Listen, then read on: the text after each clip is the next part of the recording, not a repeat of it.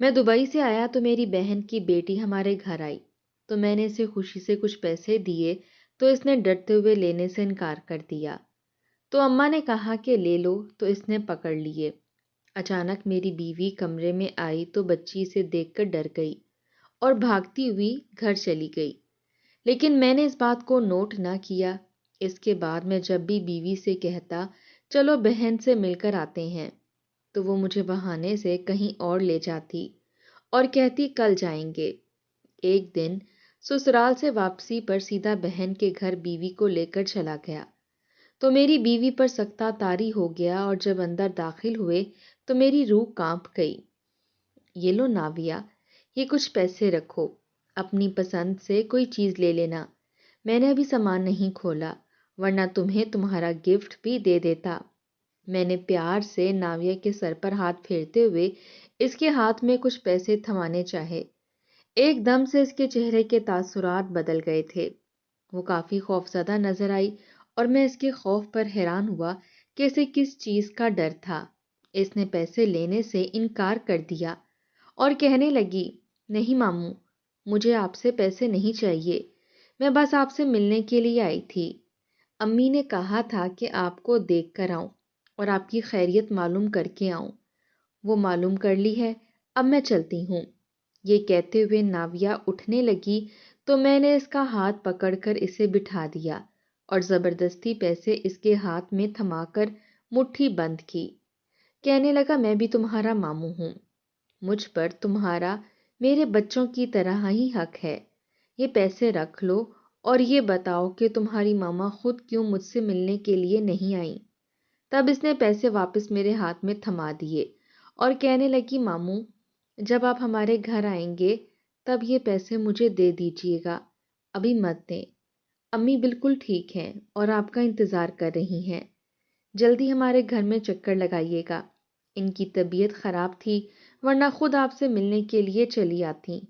میں نے پیسے ناویا کو پکڑانے کے لیے زور زبردستی کرنا شروع کر دی۔ اماں سامنے بیٹھی سارا منظر دیکھ رہی تھیں۔ کہنے لگی، ناویا، ماموں اتنے پیار سے پیسے دے رہے ہیں تو پکڑ لو نا۔ اس نے ڈرتے ڈرتے پیسے پکڑ لیے۔ اس کے چہرے کے تاثرات بہت عجیب سے تھے جو مجھے سمجھ نہیں آ رہے تھے۔ بچپن میں وہ مجھ سے مانگ کر پیسے لیا کرتی تھی۔ میں کبھی کبھی شرارت میں کہہ دیتا کہ میرے پاس پیسے نہیں ہیں تو وہ میری جیب میں ہاتھ ڈال کر پیسے نکال لیا کرتی تھی۔ گزرے ہوئے وقت نے اسے بڑا تو کر دیا تھا، مگر اس کے ساتھ ساتھ ہی وہ جھجکنے لگی تھی، مجھ سے بھی دور ہو گئی تھی، یا شاید میں جانے سے پہلے جو بات کر کے گیا تھا اس وجہ سے مجھ سے پیسے نہیں لے رہی تھی، حالانکہ وہ بات کافی پرانی ہو گئی تھی۔ سالوں بیت گئے تھے۔ اسی لمحے میری بیوی کمرے میں چلی آئی تھی۔ اس نے میرا لایا ہوا خوبصورت سوٹ پہن رکھا تھا۔ میں کیسی لگ رہی ہوں؟ کمرے میں داخل ہوتے ہی اس نے پوچھا تھا، مگر ناویا کو دیکھ کر وہیں پر رک گئی۔ میری بیوی کو دیکھتے ہی ناویا ایک دم سے گھبرا گئی تھی اور خوفزدہ نظروں سے میری طرف دیکھنے لگی۔ اچھا میں چلتی ہوں ماموں، یہ کہتے ہوئے وہ فوراً کمرے سے نکل گئی اور تقریباً دوڑتے ہوئے گھر کا داخلی دروازہ پار کر گئی۔ اس کی حرکت پر میں بے حد حیران ہوا، مگر زیادہ نوٹ نہیں کیا کیونکہ میری بیوی اس وقت میرے لائے ہوئے جوڑے میں بہت حسین لگ رہی تھی۔ اس کا اپنی تعریف سننے کا موڈ تھا۔ میں نے کہا، یہ سوٹ زبردست لگ رہا ہے، ایسا کرنا شام کو تیار رہنا، ہم آپا کی طرف چلیں گے۔ کل سے آیا ہوا ہوں لیکن آپا کے پاس نہیں جا سکا۔ میری بیوی کے چہرے کے تاثرات بھی عجیب ہو گئے تھے۔ مسکراتا چہرہ ایک دم سنجیدہ ہو گیا، مگر سر ہلا دیا اور کہنے لگی، ہاں ٹھیک ہے، میں تیار رہوں گی۔ میں گھر سے باہر نکل گیا اور کچھ دوستوں سے ملاقات کے بعد شام ڈھلے واپس آیا۔ میری بیوی بالکل تیار تھی۔ میں نے کہا، ارے واہ، آج تو تمہیں زیادہ کہنا بھی نہیں پڑا اور تم خود بخود تیار ہو گئی ہو۔ تب وہ کہنے لگی، سنیے نا، ہم آپا کی طرف نہیں بلکہ چھوٹے بھائی کی طرف جا رہے ہیں۔ اس نے ہمارے لیے دعوت رکھی ہے، کھانا وغیرہ بھی بن چکا ہے، ورنہ اسے میں منع کر دیتی۔ اب اتنے پیار سے بلایا ہے تو جانا تو بنتا ہے نا۔ میں نے امی سے بھی پوچھ لیا اور انہوں نے خوشی سے اجازت دے دی۔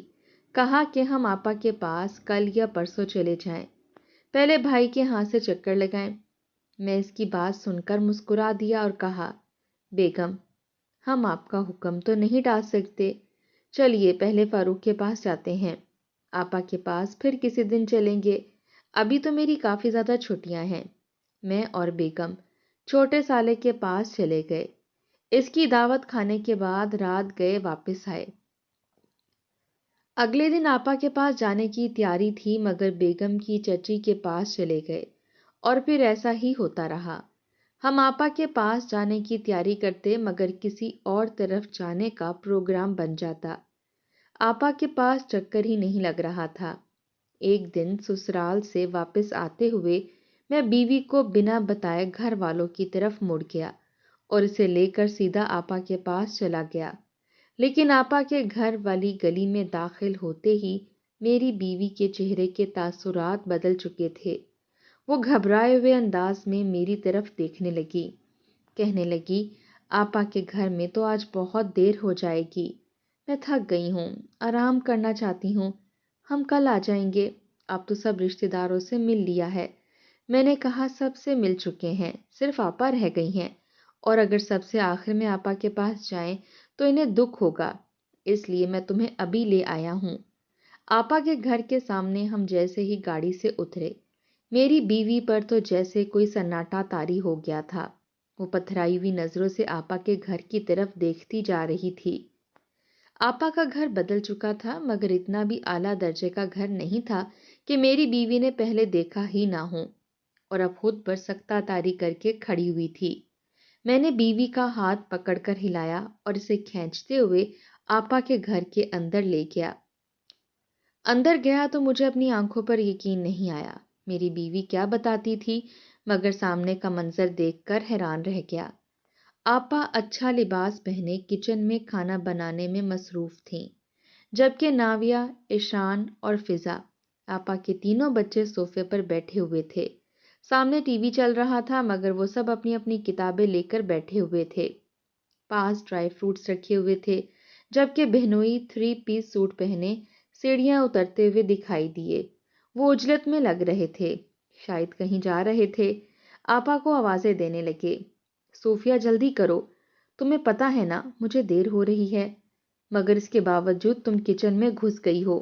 وہ میری طرف دیکھتے ہی فوراً آگے بڑھے اور میرے گلے لگ گئے، جبکہ آپا کو کچن میں کوئی خبر نہ ہوئی کہ باہر کون آیا ہے۔ کہنے لگیں، بچوں کے لیے کھانا تو بنا کر رکھتی جاؤں، آپ کو تو پتہ ہے باہر کا کھانا اچھے سے نہیں کھاتے، انہیں میرے ہاتھ کا بنا ہوا کھانا ہی پسند ہے۔ کل شام تک واپس آ سکیں گے اور میرے بچے بھوکے رہیں گے، مجھے تو ہرگز منظور نہیں ہے۔ کچھ فروزن آئٹم بنائے ہیں، وہ فرائی کر کے کھا لیں گے، اور رات کا کھانا بھی تیار ہو گیا ہے۔ جب آپ کو پتہ ہے کہ آپ کی بیوی جھٹ پٹ سارے کام نپٹا لیتی ہے تو شکوے مت کیا کریں۔ کہتے ہوئے آپا کچن سے باہر آئیں مگر مجھے دیکھ کر ساکت ہو گئیں۔ ایک دم آنکھوں سے آنسو بہنے لگے اور اپنی باہیں کھول دیں۔ میں آپا کے گلے لگ گیا۔ مجھے دیکھ کر آپا بہت جذباتی ہو گئی تھیں۔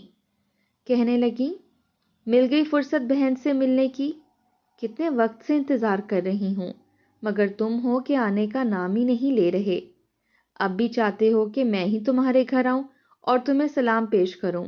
یاد ہے کتنے برسوں سے تم میرے گھر نہیں آئے، اس بار تو میں نے بھی ضد پکڑ لی تھی کہ تم آؤ گے اور مجھ سے ملو گے، ورنہ میں تمہیں ملنے کے لیے ہرگز بھی نہیں آؤں گی۔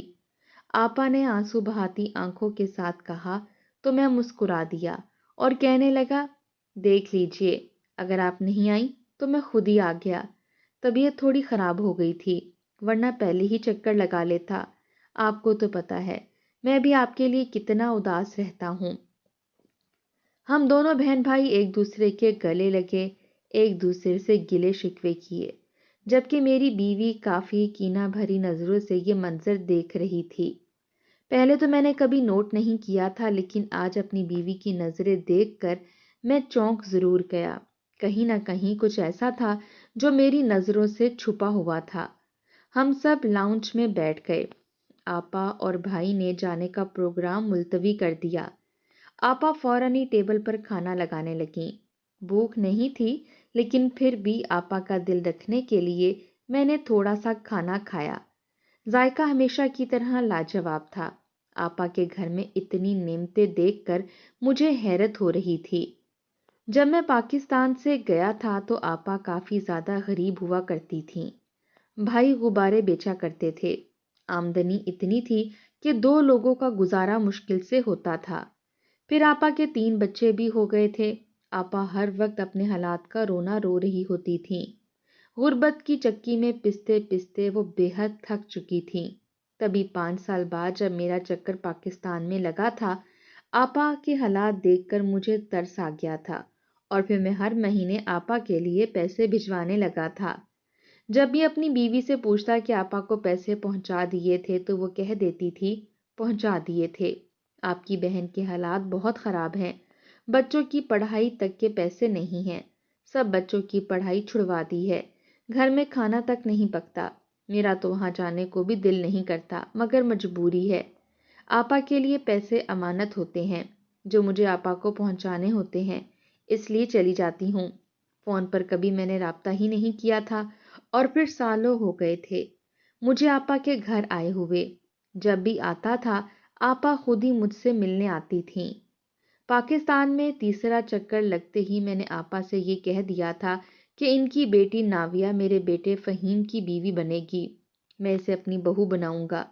آپا نے سکون سے بھرا سانس لیا تھا، جیسے سر سے ایک بہت بڑا بوجھ ہٹ گیا ہو۔ کہنے لگی تم نے یہ بات کہہ کر میرے دل کا بوجھ ہلکا کر دیا۔ ان بچیوں کے لیے میں بہت زیادہ پریشان ہوتی ہوں، سمجھ نہیں آتی کل کو ان کے رشتے کہاں کروں گی۔ ان کے باپ کی اتنی آمدنی ہے نہیں کہ اچھا جہیز دے سکے، اور جن بچوں کے ساتھ جہیز نہیں جاتا ان کی قسمتیں بھی بری ہی ہوتی ہیں۔ آپا کی بات سن کر میرا دل دہل گیا۔ میں کہنے لگا اللہ نہ کرے آپا ہمارے بچوں کی قسمتیں بری ہوں۔ دیکھیے گا ناویہ میرے گھر کی بہو بن کر عیش کرے گی۔ اس کے علاوہ فضا کی جس بھی گھر میں شادی ہوگی انشاءاللہ وہ بھی اپنے گھر میں بے حد خوش رہے گی۔ آپ منہ سے ایسی باتیں نہ نکالا کریں۔ تب آپا میرے سر پر ہاتھ پھیرتی اور مسکرا دیتی اور کہتی تم تو اپنی بہن کا حوصلہ بڑھاتے ہو، ورنہ سچ کہوں تو میں بے حد کمزور پڑ گئی ہوں، سمجھ نہیں آتا ان بچوں کے ساتھ گھر کو کیسے چلاؤں۔ میں آپا سے کہنے لگا آپا آپ کو میرے بھیجے ہوئے پیسے تو مل جاتے ہیں، کم تو نہیں پڑتے، اپنی طرف سے تو میں ہر ماہ اضافہ کرتا رہتا تھا، لیکن کبھی آپا سے بات ہی نہیں ہو سکی اس بارے میں کہ پوچھ سکوں۔ میری بات پر آپا نے حیرت سے بھری نظروں سے میری طرف دیکھا، جبکہ میری بیوی بے حد پریشان ہو گئی تھی، اس کا رنگ سفید پڑ گیا تھا اور وہ پریشان کن نظروں سے میری طرف دیکھنے لگی۔ آپا کہنے لگی کن پیسوں کی بات کر رہی ہو؟ تم نے تو ہمیں کوئی پیسے نہیں بھیجے۔ میں نے کہا نہیں آپا، میں ہر مہینے آپ کے لیے پیسے بھیجتا ہوں، اور اسی کے ساتھ میں نے کڑی نظروں سے اپنی بیوی کی طرف دیکھا تو وہ سر جھکا گئی۔ آپا بھی شاید معاملہ سمجھ چکی تھیں، گڑبڑاتے ہوئے کہنے لگی ہاں ہاں وہ پیسے مجھے مل جاتے تھے، تم اب پیسے بھیجنا بند کر دیا کرو کیونکہ ہمارے حالات بہتر ہو چکے ہیں۔ تمہارے بہنوئی کا پرائز بانڈ نکل آیا تھا جس کے بعد ہمارے گھر کے حالات بدل گئے، ہم اچھا کھانے پینے لگے، اچھا پہننے لگے، ساری فکریں کہیں دور جا سوئیں۔ پہلے بھی پیٹ کاٹ کاٹ کر بچوں کو پڑھا رہے تھے مگر پرائز بانڈ نکلنے کے بعد سہولت ہو گئی، بچوں کی پڑھائی بھی اچھے سے ہونے لگی۔ ناویہ ایم فل کر رہی ہے، ایشان MBA کر رہا ہے، جبکہ فضا BS کر رہی ہے۔ میرے تینوں بچے نمایاں نمبروں کے ساتھ ہر سال کامیاب ہوتے ہیں، اللہ پاک انہیں ہمیشہ کامیاب کرے۔ آپا کے لہجے میں اپنے بچوں کے لیے فخر تھا، جبکہ میں نے ملامت بھری نظروں سے اپنی بیوی کی طرف دیکھا۔ اس کا سر مزید جھک گیا، وہ تو مجھے کیا سے کیا کہتی رہتی تھی اور یہاں پر کیا حالات تھے۔ یقیناً اتنے سال آپا کے گھر کا چکر نہ لگا کر میں نے غلطی کر دی تھی، اور سمجھ آ رہا تھا کہ بیوی ہر بار آپا کے گھر آنے سے انکار کیوں کر دیتی تھی اور آپا کا گھر دیکھ کر وہ سکتہ زدہ سے کیوں کھڑی رہ گئی۔ اسے علم ہی نہیں تھا کہ آپا کے حالات بدل چکے ہیں، اس بارے میں اسے گھر جا کر ضرور پوچھنے والا تھا۔ کچھ دیر آپا کے ساتھ مزید باتیں کی، پھر میں نے آپا کے ہاتھ تھام لیے اور کہا آپا اپنا وعدہ یاد ہے نا؟ بھلے آپ کے حالات بدل چکے ہیں، لیکن میں نے ہمیشہ ناویہ کو اپنی بہو کے روپ میں دیکھا ہے اور نہیں چاہتا کہ آپ انکار کریں۔ میری بات سن کر آپا گھبرا گئیں اور کہنے لگیں، بچوں کی مرضی بہت ضروری ہے چھوٹے، یہ بہت پرانی بات ہے۔ تب ہمارے بچے چھوٹے تھے، اب بچے بڑے ہیں اور آج کل کے بچے اپنی مرضی کے خود مالک ہوتے ہیں۔ میں ناویہ سے پوچھ کر کوئی فیصلہ کروں گی۔ میں نے دکھ بھری نظروں سے آپا کی طرف دیکھا اور کہا کہ آپ نے ناویہ کو نہیں بتایا تھا کہ وہ فہیم کی امانت ہے؟ آپا نے سر جھکا لیا اور کہنے لگی، حالات ہی ایسے ہوتے گئے کہ میں نے بچوں کے ذہن میں ایسی کوئی بھی بات نہیں ڈالی تھی۔ میں نہیں چاہتی تھی کہ کل تم بدل جاؤ اور میرے بچوں کا دل ٹوٹ جائے۔ آخر آپا نے جتا ہی دیا تھا، اس میں بھی میرا ہی قصور تھا۔ اگر میں آپا سے یہ بات نہ کرتا تو شاید وہ نہ جتاتی۔ میرے پاس کہنے کے لیے کچھ نہیں رہ گیا تھا۔ میں نے اپنی بیوی کا ہاتھ پکڑا اور آپا کو خدا حافظ کہتے ہوئے ان کے گھر سے نکل آیا۔ آپا اتنا اصرار کر رہی تھیں کہ رک جاؤ، صبح چلے جانا، مگر میں نے ان کی کوئی بات نہیں سنی۔ اس وقت میرا دل اور دماغ اتنا بوجھل تھا کہ مجھے کچھ سوجھ ہی نہیں رہا تھا۔ میں اپنی بیوی کے ساتھ گھر آ گیا۔ گھر آتے ہی کمرے میں لے جا کر دروازہ اندر سے بند کر دیا اور کڑے تیوروں سے اس کی طرف دیکھا۔ کہنے لگا، وہ سب کیا تھا جو تم مجھے اتنے سالوں تک بتاتی رہی؟ تب بیوی نے سر جھکایا اور کہنے لگی، مجھے واقعی نہیں پتا تھا کہ آپا کے حالات بدل چکے ہیں۔ مجھے لگا ہمیشہ کی طرح وہ ابھی بھی غربت کی مار میں پس رہی ہیں، حالانکہ انہوں نے اچھا لباس پہنا ہوتا تھا، مگر مجھے یہی لگتا تھا کہ کسی نے اپنے اترے ہوئے لباس دے دیے ہوں جو انہوں نے پہنے ہوئے ہیں۔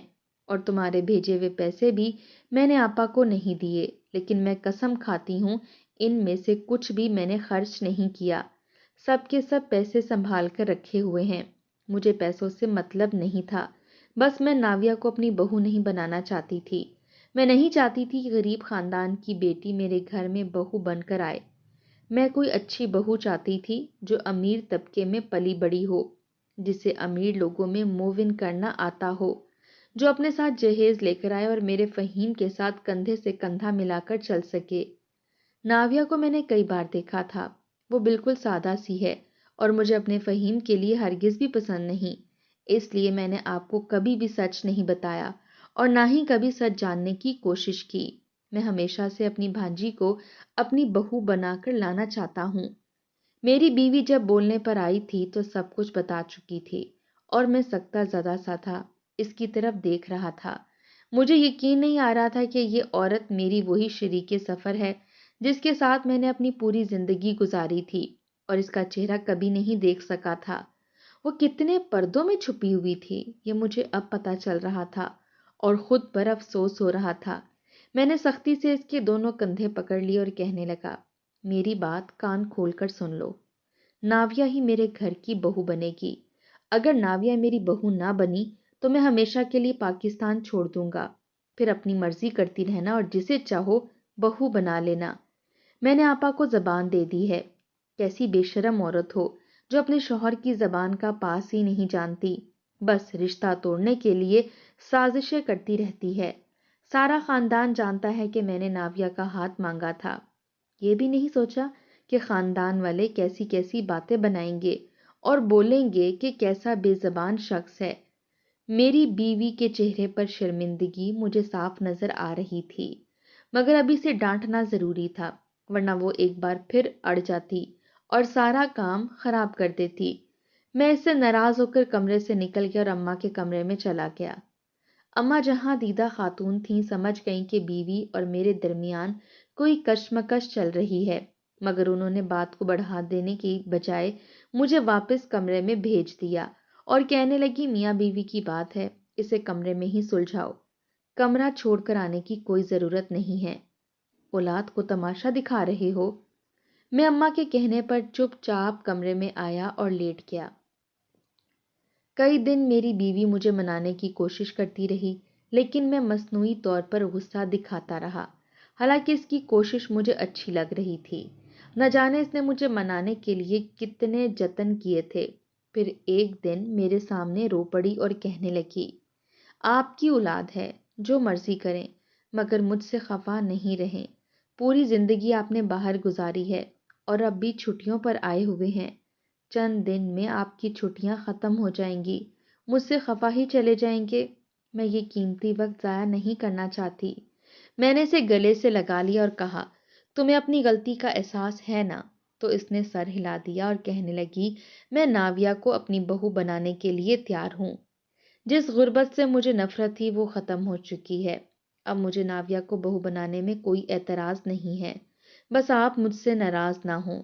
اگر آپا لوگوں کی وجہ سے مجھ سے ناراض ہوں گے تو میرے دل میں ان کے لیے مزید قداوتیں پیدا ہو جائیں گی۔ میں نے بہت مشکل سے اپنا دل ان کے لیے صاف کیا ہے۔